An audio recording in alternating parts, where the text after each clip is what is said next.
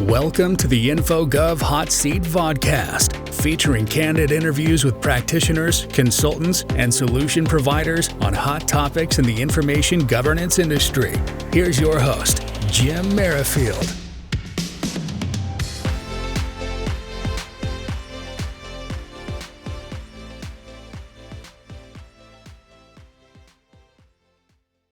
Well, hello and welcome to the InfoGov Hot Seat. I'm your host, Jim Merrifield, and with me today is Joe Bartolo, Senior Director of Business Development at Knovos. Welcome, Joe. Thank you, Jim. Thank you for having me. It's a nice day to be on the hot seat considering it's snowy and nasty outside. Yeah, that's right. Right? We never know if it's going to be snow or rain.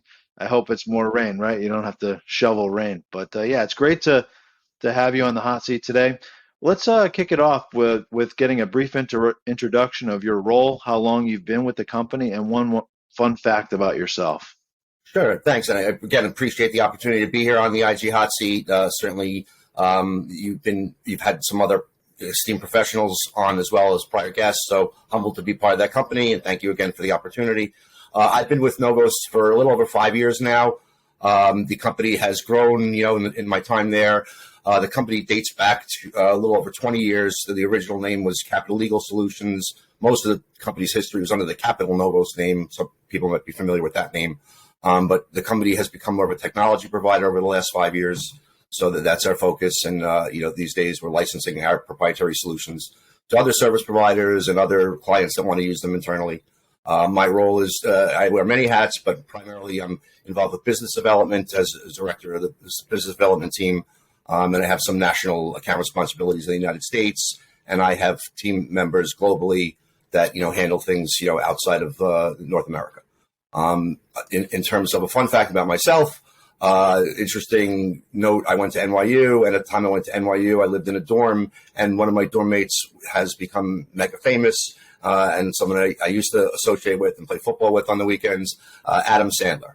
And Adam Sandler, his college roommate Tim Herlihy, is also an attorney. Tim Herlihy went on from NYU undergrad to NYU Law School. Tim has written most of the movies Adam's been in his career, and I used to hang out with these guys, on a regular basis back in the day. Also, Frank Karachi lived in the dorm with us, who has directed many of Adam's movies, and Jack Giarputo, who is part of who's the other half of Happy Madison Productions, along with Adam Sandler. So I had my run-in with some people that got mega famous. And, one of the things that I've always wanted to do is try my hand at screenwriting, since Tim has had such great success at it. And during the pandemic, I did write a fiction screenplay, and I'm hoping to, get it made into a movie one of these days. That's awesome. I had no idea, Joe. I've known you for a while, and I never knew that fun fact. I think to date, this is like the 6th episode, but I don't think I've ever heard a fun fact quite like that. So thanks for sharing. So I know you wrote a book, right? Recently, you wrote a screenplay, but you also wrote a book. I actually have a copy of it, right? Yes. Quantum Uncertainty, the Future of IG. So we're going to spend some time talking a little bit about that book. So what made you decide to actually put this book together for the space? Well, I've always wanted to write. I've always, written legal articles, white papers and other less technical articles over the years. Part of my role, throughout my business development aspect in the legal technology space has been to educate. I've been involved with continuing education courses over the years as well, instructed probably well over 100, over the last 16 plus years. Prior to my time, in the litigation support space, I was a practicing attorney in New York. I was a litigator in New York City for many years before getting involved in this space. I've always been a computer geek at heart, which is kind of what led me into the EDiscovery world and then the information governance space, over the last 16 years, as I provided consultative solutions and services to different clients. So thought about putting the book together based on the fact that I have more time on my hands and that I used to be someone that commuted to Manhattan on a regular basis. And that took about 3 hours of my day on a daily basis. And with the extra time on my hands working from home because of the pandemic, I've been able to write larger pieces, including the screenplay that I mentioned, as well as the Quantum Uncertainty book. I'd also written a book prior called Fun EDiscovery, which is a play on words, Fun EDiscovery. which really is more of an analysis on case law about funny case examples of spoliation where people are doing ridiculous things to destroy evidence. But the quantum uncertainty book, which we're talking about today, is certainly a much more serious book. Talks about the past and present of information governance. My concept was thinking about it more as the Dickens tale about the ghost of Christmas past, present, and future. I kind of looked at information governance in that aspect and had been writing for a little while about the past and present of information governance in general. One of my passionate interests is quantum physics. It has been since I've been in high school. I'm seeing more and more of that dovetail into the world that I deal with on a regular basis for law in the development of quantum computing. And that's kind of led me to the final portion of this book that I said I should also talk about the future of information governance. And I really think quantum computing is going to have a more significant impact than some of the current experts seem to think it's going to have. And I'm concerned about the impact it may already be having, where we're not really in place to address some of the things that quantum mechanics brings to the table. No, that's really interesting. I'll tell you, this book is it looks like a great read. I just got my copy. I can't wait to read it. So let's talk about some of the topics. I've kind of breezed through some of the subheadings. There's a ton of chapters. What kind of topics? I know you touched about on this a little bit, but what kind of topics are discussed in this book? Well, I mean, throughout the book, I'm harping on an older message, but I mean, I think it still resonates, to this day, and it's something I learned early in being in this space. People, process, and technology. Something that I've heard David Cowan, a subject matter expert, say for years at the Cowan Breakfast Series, and I'm still a big fan of that terminology. I think everything is about the right combination of people, process, and technology. And I'm just concerned that there's not enough focus right now on quantum and the impact that quantum is going to have. Certainly, there was much paranoia at the time that 2000 was rolling around about Y2K, and I'm very concerned that that we're undercutting the impact that quantum computing is going to have on our space and on the industry as a whole, and in particular on data privacy.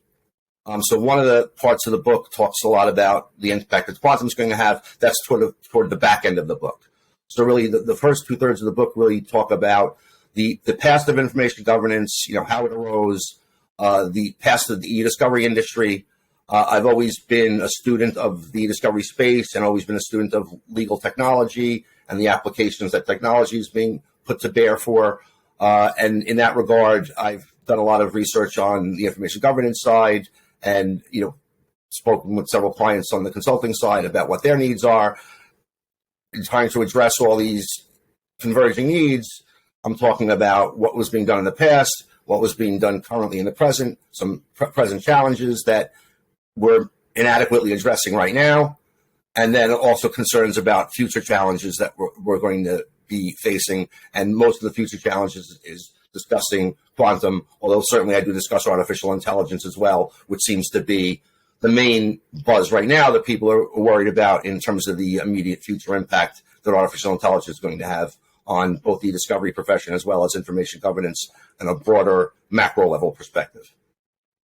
Yeah, those are some great topics, right? AI, privacy.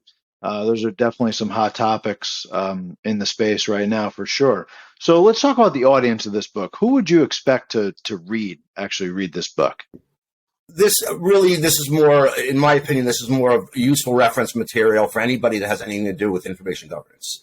If you're involved in records management as a profession, even if you're involved, in a law firm as a paralegal, or you're involved in internal records management for the law firm, anyone involved in managing the organization's information that they work for, certainly could get benefit from reading this.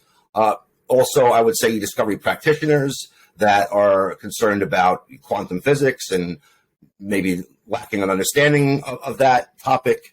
And that's one of my concerns about writing this book, because certainly I remember the early days of e-discovery when we were educating attorneys about what metadata was and hearing the term, it's talking about metadata, hearing the response metawata. And I think we're going to have that same issue with quantum physics when we're talking about things like superpositioning and entanglement, and the fact that quantum physics and quantum mechanics don't even work from the same electrical mechanisms that current traditional computers work from. They're working from thermal energy, and it's just there's so many different things to analyze about how quantum computers work versus traditional computers, that I think that there's our resources of who understands these things are going to be strained, especially in the beginning. For sure. I mean, I'm glad you mentioned EDiscovery because, EDiscovery and Infogov, the two kind of dovetail, right, Yes. between each other. And I know we have Legal Week coming up, and there's a lot of EDiscovery professionals at Legal Week. There's a lot of information governance professionals at Legal Week. So, this book seems like, and especially in the legal industry, it seems like this book can kind of educate the two sides. Is that true? Yes, and to me, I've seen a convergence there. And to me, over the last several years, EDiscovery is becoming a subset of information governance. It's more of a micro-level focused aspect of information governance that is a task that records managers and people involved at a more macro level for managing records at the enterprise level have to worry about, and privacy professionals have to worry about, and cybersecurity professionals have to worry about. So there's other things that bleed into EDiscovery that are all related, but they all really kind of fall under the umbrella of information governance, which concerns all of those items: privacy, cybersecurity, the ability to access data, the quality of the data that you're accessing, delays in accessing the data, things like business interruption. All these things are all elements that information governance managers need to be concerned with, yet they all may have relevance to EDiscovery as well when litigation has arisen. Makes a ton of sense. So how do we purchase this book? The book is available on Amazon.com. It's also available on BarnesandNoble.com. So far, it's exclusively online. Perhaps it will be available in bookstores in the future, but right now it's available online in paperback or hard copy. Also, if you have Kindle Unlimited, the book is available for free download on Kindle Unlimited if you have that option. It's also available for Kindle ebook purchase as well. Awesome. Sounds good. And I'll tell you, I got mine on Amazon. I'm more of a paperless guy, but I don't know. I just wanted a hard copy, and I'll tell you, my copy came. I think I'm a Prime subscriber, so my copy came in a couple days. So that was wonderful. So I'm glad I was able to get a copy. Again, can't wait to read it. Let's switch gears a little bit, Joe, because I know you're a thought leader in the space, and you've been around for quite some time. You've written books, you've presented at many conferences, involved in different organizations. How do you see the InfoGov industry changing in the coming years? You talked a little bit about that, but can you go into a little more detail? Sure. I mean, certainly I think technology is going to play an ever-increasing part.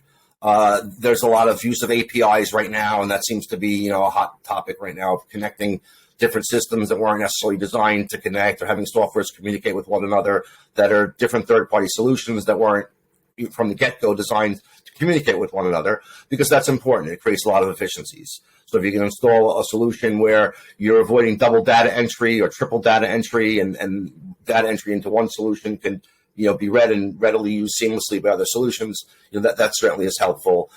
And I certainly think that we need to move more toward transparency in terms of access to the data.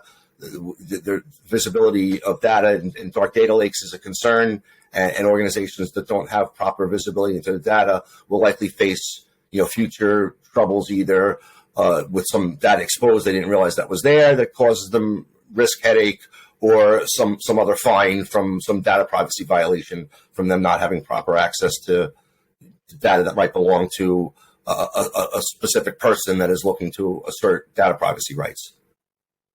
No, that for sure. All those points that you shared, definitely we have an exciting future for those of us in the InfoGov space. So, Joe, listen, I know this was a short conversation, right? But that's how the hot seat's supposed to be, right? Nice Sure. And short and sweet and to the point. Thanks for introducing us to your book, Quantum Uncertainty: The Future of Information Governance.